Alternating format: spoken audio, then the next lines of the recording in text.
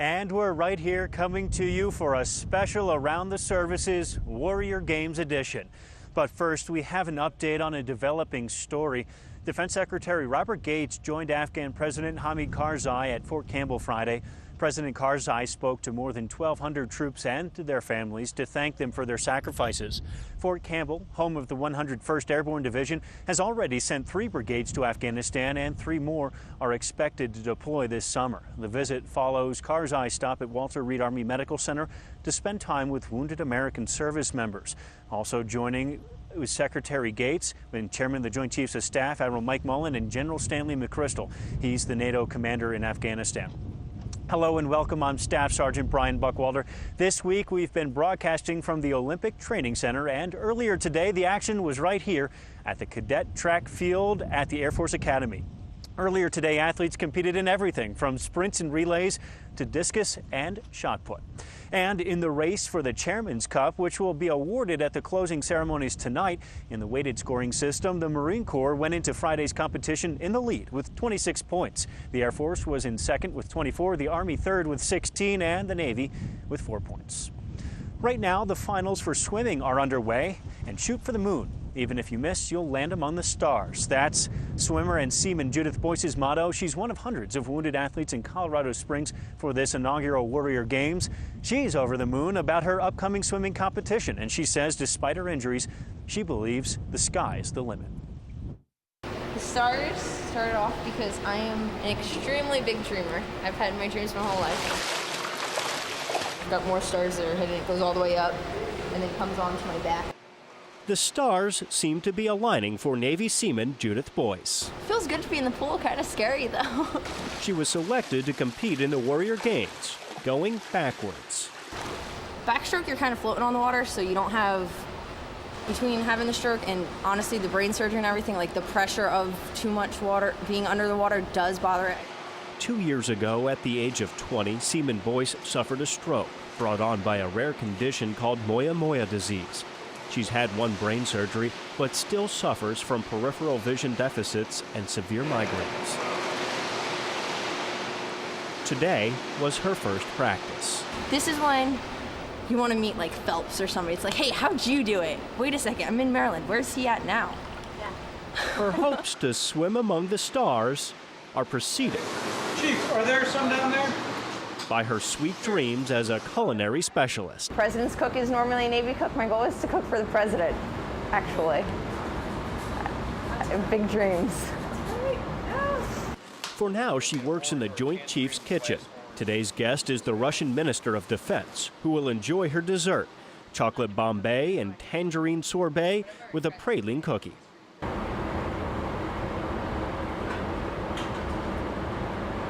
It's good. Our secret ingredient worked well. Scrambled egg. Really?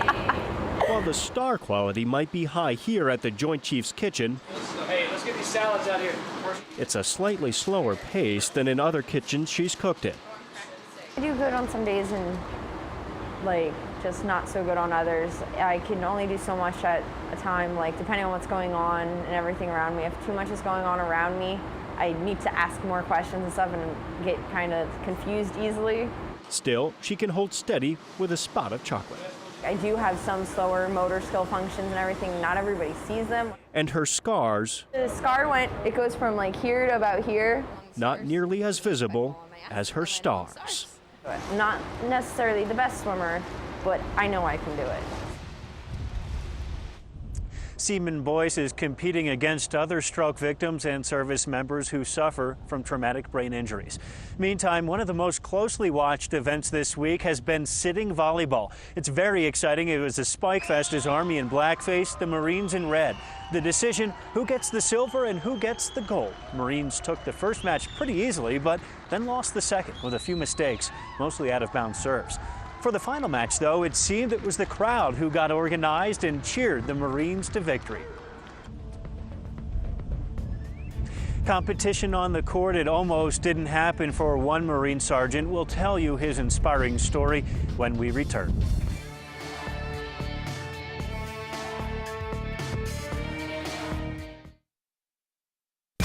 This lands a hard right to the body.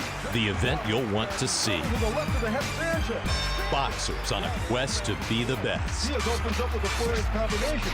Bravo, jab. Each man determined to capture the He title. steps forward and delivers a hard right. The Pentagon Channel presents the Armed Forces Boxing Championship. Valdez is trying to cover up, but Franklin hits him again. Ringside 2010. All right, these two lightweights put on a spectacular show. The NTMA-ANC Sticka mission is more than just projected numbers and strength. Our mission is about teaming with Afghans to build a bright, dynamic future for this sovereign nation. The global commitment is to train and empower Afghan forces to ensure a secure future for the people of Afghanistan. Training and mentoring are what we do with our Afghan partners. Team, transparency, and transition.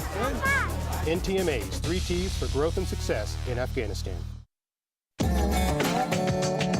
We are grilling outdoors. We are doing a wonderful grilled pork loin. We're going to do the man burger, 2 types of coleslaw, and a wonderful grilled pineapple and bourbon iced tea.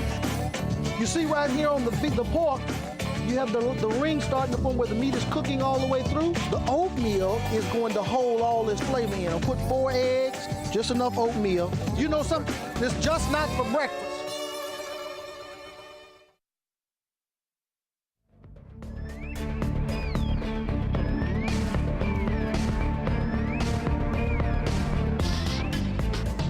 And welcome back. Basketball competition wrapped up Thursday night with Army suffering another loss to Marines. Marine coach Billy Demby having a hard time holding his players back. Army fought hard, but the well-practiced Marines kept the gold completely out of reach for soldiers who got on the board plenty but were never able to move ahead. Once again, Marines take the gold. Prior to this week's games, each competitor has already done battle with a combat injury or an illness. One athlete we caught up with was wounded by an IED and has been in rehab now for 4 years. Sergeant Michael Blair is no stranger to the basketball court. He played in high school before he joined the Marine Corps. For that day back in 2006, when an IED blew through the door of the up-armored Humvee he was driving and literally took him out at the knees. Being back on the court brings mixed emotions.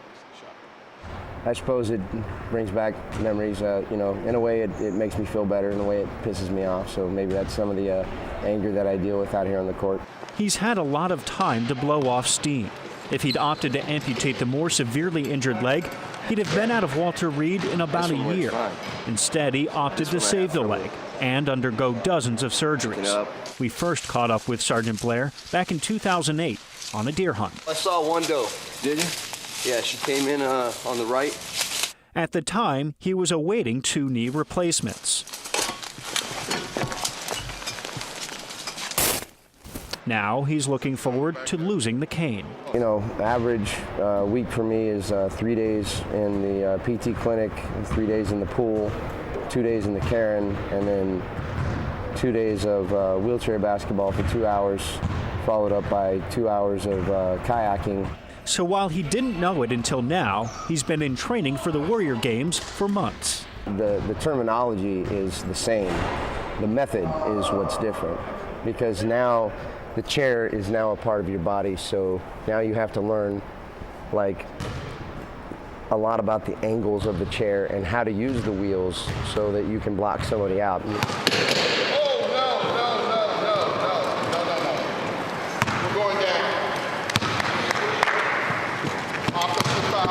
He's also learned, even in a wheelchair, a foul's a foul. And a foul shot can throw the game. The Warrior Games had a special visitor. Army Chief of Staff General George Casey stopped by the games last night. He also met with many of the wounded athletes here, not just the Army. Our Sergeant Ashley Torres had a chance to speak with him. I saw you walked in today and you had a chance to shake the hands of these wounded warriors. And what did you see in their faces, and why is it so important that these games are going on today? Well, what I saw in their faces was absolute pride to be out competing again. And I think why these are so important is they're bringing these young men and women out, and they're allowing them to compete. and they're allowing them to get those competitive juices going again. And I think what's going to happen is these are going to spawn all kinds of regional competitions to prepare to come here. Because you can see some, just what little bit I've seen, some of the boys wish they would have practiced a little bit more. And so I think it's going to be great. I think it's going to have a huge trickle-down effect all across our Warrior transition units. For basketball players, building that teamwork didn't happen overnight. Just ask Coach Billy Demby, coach of the gold medal winners, the Marine Corps. He's worked with them at Walter Reed Army Medical Center prior to the game, and he says he's pretty confident he's got a group of winners who will pass along what they've learned on and off the court. That's the sound of wheelchair basketball, except when it sounds like this. Silence. Coach Billy Demby has spoken. It's not so much of coaching these guys as it is coming up and trying to be a part of their lives, because I know the difficulties that they're going to go through. You're going to come in this way, block one, and then turn. Okay? Almost 40 years ago in Vietnam, Demby was struck by a rocket. It claimed both legs below his knees. He's competed in 4 Paralympics, and he still holds the record for the Paralympic discus throw. And we're talking, way back. But basketball is his first love. Hold it. Stay where you are. Everybody stay where you are. Stop. You notice that I stopped them a lot of times. So when I'm stopping, I'm sorry, you missed a play. It's controlled chaos is what it is. Coach keeps a good, tight rein on us. But yeah, it's controlled, and obviously there's uncontrolled moments in wheelchair basketball. Spills and fouls, just a few of life's little learning moments. Oh, no. We're going down. Offensive foul. I think it's important that they have options. And if you could look at when they start and 20 years down the road, the adjustments that they've made because of here, then my job has been fairly easy, and I'm very proud of what I do. Many of his players have traumatic brain injuries, and sometimes they simply forget what they've learned. Online, please. Get out of the way. Most are amputees. How were you hurt? I stepped on a IED. You ask yourself, why me? Or where do I go from here? And because of the programs that are coming in from the outside, they no longer ask that question.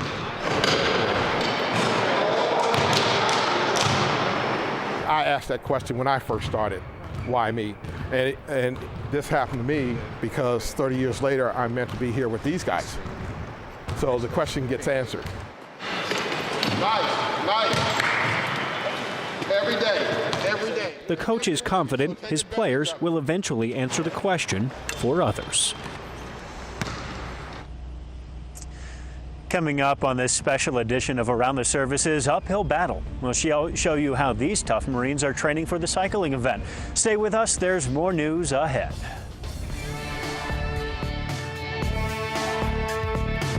I'm Tech Sergeant Marinas from the 332nd ELRS here at Balad. To all the airmen participating in the Warrior Games, we're behind you 100%. Beat Army.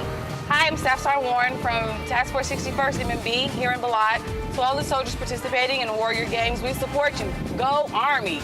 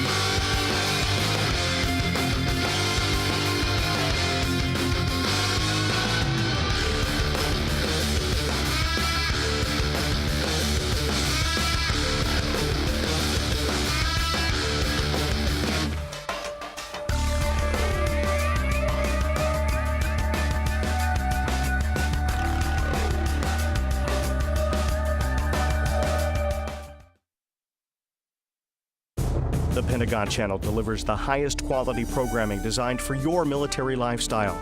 Available 24 hours a day, everywhere in the world. Experience video on demand at pentagonchannel.mil. Download your favorite audio and video podcasts. Find us on dozens of cable and satellite systems nationwide. And as always, we're right there with you on hundreds of military installations worldwide. The Pentagon Channel and pentagonchannel.mil, serving those who serve. If logistics is your game and Kick isn't part of your team, then you're missing out on extra points. Kick is the Defense Logistics Agency's customer interaction center, and it's your one-call resolution point of contact for all logistics issues relating to DLA. The dedicated Kick staff is available 24 hours a day, 7 days a week, even on government holidays. And they'll provide you with excellent customer service and quality solutions to real-world logistics problems. If you want to win the logistics game, then score with Kick. It's amazing, I'm the reason everybody fired up this evening. I'm exhausted, barely breathing, holding on to what I believe in. No matter what, you'll never take that from me. My reign is as far as your eyes can see. It's amazing, so amazing, so amazing.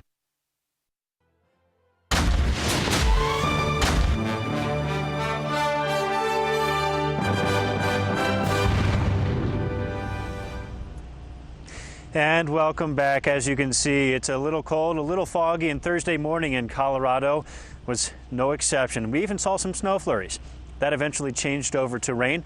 The weather definitely impacted the outdoor cycling events, but the races and the cyclists kept on pedaling. Suffering from 2 torn rotator cuffs, Army Sergeant Monica Southall had never used a hand cycle before arriving at the Warrior Games a few days ago, but she didn't let that keep her from the race. Help in the form of an Army Warrant Officer 1, Jonathan Hosley, and Navy Master Chief Petty Officer Will Wilson arrived just when Southall needed it most. We're not one to play favorites here at the Pentagon Channel, especially in our coverage of the Warrior Games. But we were impressed by the performances of some of the Marine cyclists. One reason was probably their training. We went along for the ride. We're not even on the hill yet. We're only at 4% right now. I'm ready. Been ready. Staff Sergeant Carl Clendening currently lives at sea level, but he and the other Marines from Camp Lejeune have been using spin bikes with altitude trainers, masks that simulate 9,000 feet. So we're not really, we're sucking wind up here, but not as bad as some of the other guys. So breathing is not the Staff Sergeant's issue, but according to his teammates, swerving is. Everybody yells at me about riding a straight line, but oh well. Staff Sergeant Clendening suffered a traumatic brain injury in an IED blast in Iraq. We were actually bringing 2 Marines that were killed in a previous blast. We were bringing them back on base, and we got hit by another IED, which took out 3 more of us. He has vertigo and sometimes loses his balance. How fast did you come down a hill on that thing? 56 is the fastest. So I figure if you fall down at 10 miles an hour, it's going to hurt just as bad as you fall down at 50 miles an hour. So I think you could get more road rash. Yeah, a little bit more road rash. No rash behavior likely here in Colorado's Spring Cheyenne Canyon. Today, they're only going up. 6%. Is that what your computer says? Yes, ma'am. 6% grade? All right. It's going up. 8% right now. 10%. 10%. 11. The one who's laughing? That's their coach, Major Susie Stark. You know it's challenging when the guys start saying how easy it is. Ooh, baby. Nice and windy. If anyone can go under 25 minutes from that start back there where the white marks were on the ground to the top, if you can go under 25, I'll buy you dinner. Is this a steak dinner? Yep. Major Stark has a slight advantage. She knows this road well. It's where she trained for the 2004 Olympics. I took this whole road standing the whole way. Yeah. Riding up. It hurt like hell. This is a tough turn right here. They're hurting right now. I don't know if you can tell. The good thing is I'm feeling good. So coach can lead the way and just hang out and watch the boys suffer. From the start at Fort Carson to the top of the canyon, they'll gain about 2,000 feet and lose about 10 degrees. Right here, it's a pretty steep grade right here. It's about 18%. At the top, a waterfall and satisfaction of believing you're going to wheel away with the gold. We're ready to kick some butt. Definitely. In the military world, where weaponry is becoming more and more sophisticated, archery might seem like a lost art. This week saw a big revival and renewed spirits among Team Army despite a Marine gold in the event. After a dismal start during opening competition May 11th at the inaugural Warrior Games, Army teams took home 4 medals in archery. Army archers swept the recurve bow medal round. Staff Sergeant Robert Price earned the bronze in the competition bow event, in the compound bow event, while Marine Corporal Bo Para took home gold. Behind the barrel over at the shooting gallery, Army seeming to have the best aim overall. They swept the air rifle with lower body impairment category. They also took gold and bronze in the air rifle upper body impairment. Marines taking silver there. The Air Force, though, took gold, shooting the air pistol. Army taking silver and bronze in that contest. And still ahead here on Around the Services. One of the Navy guys, and whatever, he was completely like grossed out by my head. I was like, you're missing like half of your butt and your leg, and you're grossed out by my head. How? Lessons learned this week: when wounded, never lose your sense of humor. A few more candid moments with some of our athletes when we come back.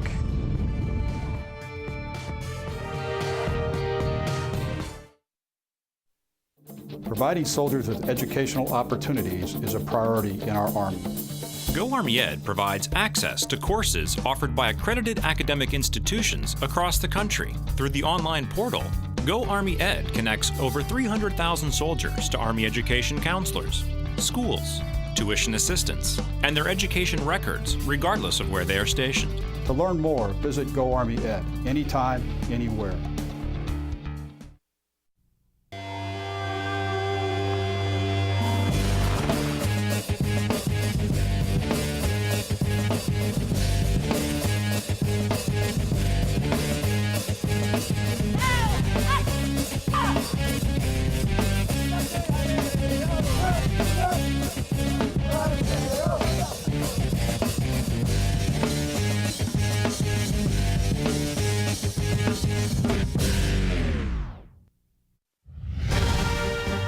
Join our team. Be a special warfare operator. Experience the most demanding training and stand beside the most elite warriors. Operate in any environment, sea, air, or land. Carry out our nation's toughest, most important missions wherever they may be. In the jungles, the sweltering deserts, or on the coldest mountaintops. Be physically stronger and mentally harder. Be a Navy SEAL, because we are a team. Welcome back. We explained yesterday the Warrior Games is really the brainchild of 3 people: Brigadier General Gary Cheek, commander of the Warrior Transition Command, Jeff Hill with the USO, and a bicycle rider named John Warden. I talked with Mr. Warden earlier about how it all unfolded. You run bike rides that are challenging for wounded service members, but they aren't competitive. As you've watched these games unfold over the last week, what have you seen? How is the competitive element added to it? The competitive element is awesome, is what it is. It's great. I mean, we were really hoping, military guys in general are competitive. And we see it on our rides, not so much in the speed, but just in the competitiveness of riding every mile in what is a challenging and hard physical and mental event. So you take that and now make it a competition, and you get the service branches involved where there's natural rivalries, and then let nature take its course. Yeah, did you expect the reception that you got from both the fans and the service members? I know. I mean, it's kind of weird. I mean, we watched sitting volleyball, and I mean, the place was rocking. It was like you were at a college basketball game. It was awesome, and to see the wounded guys rallying for each other. And then yesterday at the pool, there was a Marine who lost both of his legs and his eyesight. He was the last one in, but everybody was standing and cheering like he was winning, and then it was just completely awesome. It was great. That about wraps up our Around the Services TDY coverage of the Warrior Games in Colorado. If you've been watching our coverage all week, you've no doubt been inspired like we have by these service members, so many who've spent years overcoming critical combat injuries to take their places as athletes. Many are still recovering from a brain injury or the loss of a hand or leg. And one thing they haven't lost, though, is their spirit, or as we're about to show you, their senses of humor. Somebody told me that you had to have fairly developed butt cheeks. Yes. I'm pretty stacked on butt cheeks, but I'm pretty good on butt cheeks. One of the Navy guys, and whatever, he was completely like grossed out by my head. I was like, you're missing like half of your butt and your leg, and you're grossed out by my head. How? Oh yeah, definitely a big one. I can't touch my own hands. Look at this. Look at this. Sorry if my nose is running. Mine too, so I'm a little under the weather. You yes, are? Yes, ma'am. Oh no. Taking vitamin C like Skittles. Yeah, this was the bad leg, so. Really? Yeah. You know how many bags of Doritos I have to curl ready for this? Hey, sir, when are you going to come out? I tell you what, this thing there is killing me. Yeah, it hurts sitting in that passenger side vehicle.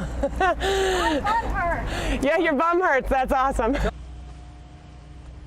I'm Staff Sergeant Brian Buckwalter for everyone here at the Pentagon Channel and back in DC. Thanks for watching.